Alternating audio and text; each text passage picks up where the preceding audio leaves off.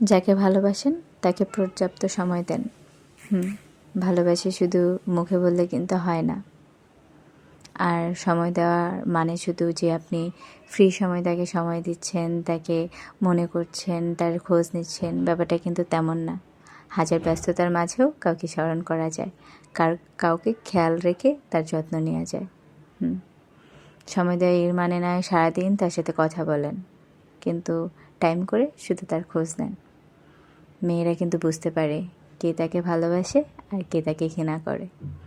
আপনি যদি নিয়ে কাউকে ভালোবাসতে চান, সেটাও সেই মেয়ে বুঝতে পারবে।